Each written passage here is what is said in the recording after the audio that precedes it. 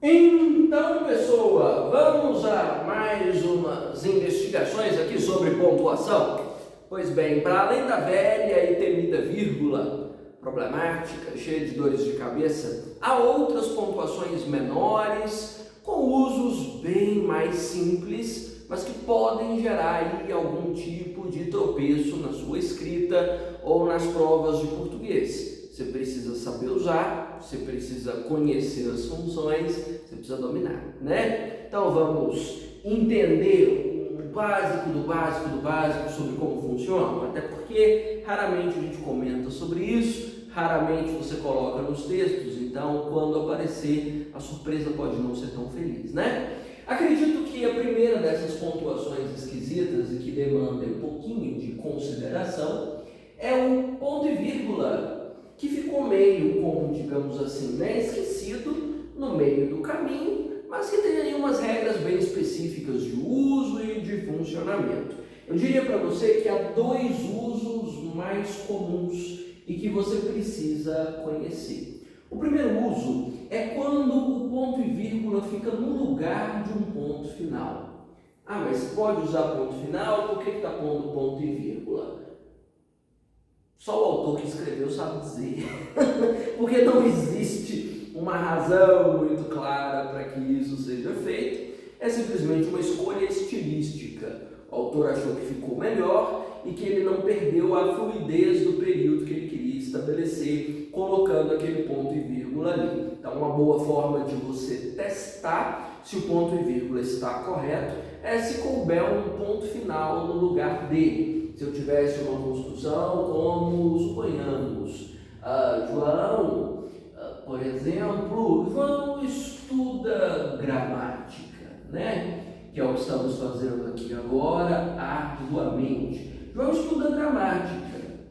A questão, porém, é aprender, né? A questão, porém, é aprender. Bom, aí aqui, além da questão ser aprender, nós precisamos avaliar uma coisa que eu não sei se você consegue fazer. Bom, eu acabo de dizer que o ponto e vírgula pode ficar no lugar do ponto final. E se eu usei esse ponto e vírgula aqui, você deve estar imaginando, bom, significa que naquele lugar ali pode haver um ponto final. Como é que você tem certeza de que um ponto final pode ser usado em algum lugar? Porque olha, se você estuda a redação comigo, provavelmente entre as correções que fizemos, você já leu coisas do tipo período truncado, até porque truncamento de período está aí como ponto recorrente nos relatórios dos meus corretores. É problema frequente. Como é que a gente avalia se uma frase é completa o bastante para colocar ponto final? Vamos fazer um lembrete aqui para isso? Até que você precisa aprender como funciona. Para que nós consideremos uma frase como frase completa, passível de colocar um ponto final e começar outra, ela precisa ter ao menos um verbo conjugado. O que significa conjugado? Que esteja no presente, no passado ou no futuro, sem a presença de que antes de, certo? Se cumprir essa prerrogativa aqui de haver pelo menos um verbo na construção que não esteja precedido de que, significa que a frase é completa o bastante para que eu ponha um ponto final. Entendeu a jogada? Então, às vezes, o senhor, a senhora que está me ouvindo, coloca um ponto final na construção e não cabia ponto final. Não cabia o ponto final porque a frase não era completa. Veja, se de repente eu substituo esse ponto e vírgula aqui por um ponto final, eu tenho que ter uma frase completa antes, eu tenho que ter uma frase completa depois. Veja que antes eu tenho o verbo estuda. Estuda é um verbo que está no presente. Como é que você tem tanta certeza? Porque eu posso alterar o tempo. É a melhor forma de saber se um verbo está conjugado. João estudou gramática, João estudava gramática, João estudaria gramática, João estudará gramática. eu consigo variar, eu consigo flexionar. Então significa que ele está conjugado, ao menos um verbo conjugado, sem que antes não veio que logo antes dele aqui, então nenhum problema. Então significa que até aqui eu tenho uma frase completa, cumpriu o pré-requisito. Vamos olhar depois? Depois eu tenho a questão, porém, é aprender. Qual é o verbo conjugado? Será que o verbo conjugado é aprender? Consigo flexionar, aprender? A questão, porém, é aprendeu. A questão, porém, é aprendido. Esquisito, né? Vamos testar o é. A questão, porém, foi aprender. A questão, porém, era aprender. A questão, porém, será aprender. Está vendo que eu consigo mexer nele? Se eu consigo mexer nele, significa que ele está conjugado. Nesse caso aqui no presente. Então, e não tem o que antes, eu tenho um porém, está tudo bem. Então, significa que este período aqui também é um período completo. É uma frase completa. Então, significa que este ponto e vírgula foi usado no lugar de um ponto final. E se porventura eu quisesse realmente colocar um ponto final, daria tudo certo. Se você recebeu aí registros sobre truncamento, frases truncadas e não sei o que, pode olhar aqui, viu? Você está errando nesse ponto. Você precisa ver esse detalhe de sintaxe, que na verdade é uma falha velha no processo de alfabetização. Muita gente passa por isso, por não ter tido o processo de alfabetização que incluísse uma compreensão clara sobre sintaxe de frase.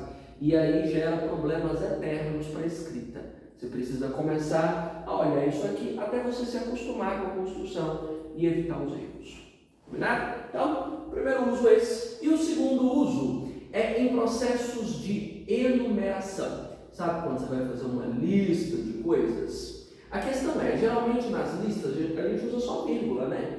Comprei batata, vírgula, abacate, vírgula, maçã, vírgula, pepino, vírgula. Assim, né? No entanto, há casos em que a enumeração é longa, ou seja, os termos da enumeração são longos. Não é só batata, pepino, tomate, são termos longos. Quando isso acontece, é interessante, veja que não é regra. Não existe regra sobre ponto e vírgula, existem só sugestões. Todo ponto e vírgula envolve uma escolha estilística, ou seja, o autor usa se quiser, se achar bonito, não existe norma que obrigue o uso. Então, se houver uma lista de termos muito longos e o autor quiser separar esses termos com ponto e vírgula para evitar bagunça na compreensão, ele pode fazer isso. Suponhamos, aproveitando o caso do João estudioso, eu teria João estudou morfologia, incluindo as classes, estudou sintaxe também do período composto, também do período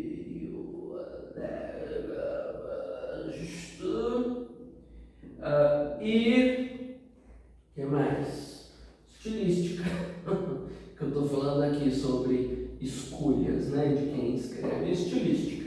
Perceba que os termos da minha enumeração são muito compridos. Estudou o quê? Morfologia, incluindo as classes. Estudou sintaxe, também do período composto. E estilística, só a estilística que ficou menorzinho. Então, se os termos são longos, e nesse caso, inclusive, havia vírgulas dentro dos termos, é interessante colocar ponto e vírgula para mostrar realmente quais termos são parte da lista estudada. Escolha, estilística, não é obrigação, certo? Mas ajuda. E perceba que quando eu tenho termos enumerados com ponto e vírgula, antes do E ou seja, antes do último termo enumerado, é preciso que haja um ponto e vírgula também, porque nós estamos acostumados com uma enumeração com vírgulas em que o termo com E não recebe a pontuação, né? Com ponto e vírgula tem que ter antes do E, certo? Só escolha. Inclusive listas verticais são separadas também assim, você já deve ter percebido. Tópicos, né? Assim, ó, tem assim, inclusive no texto acadêmico, isso é obrigação.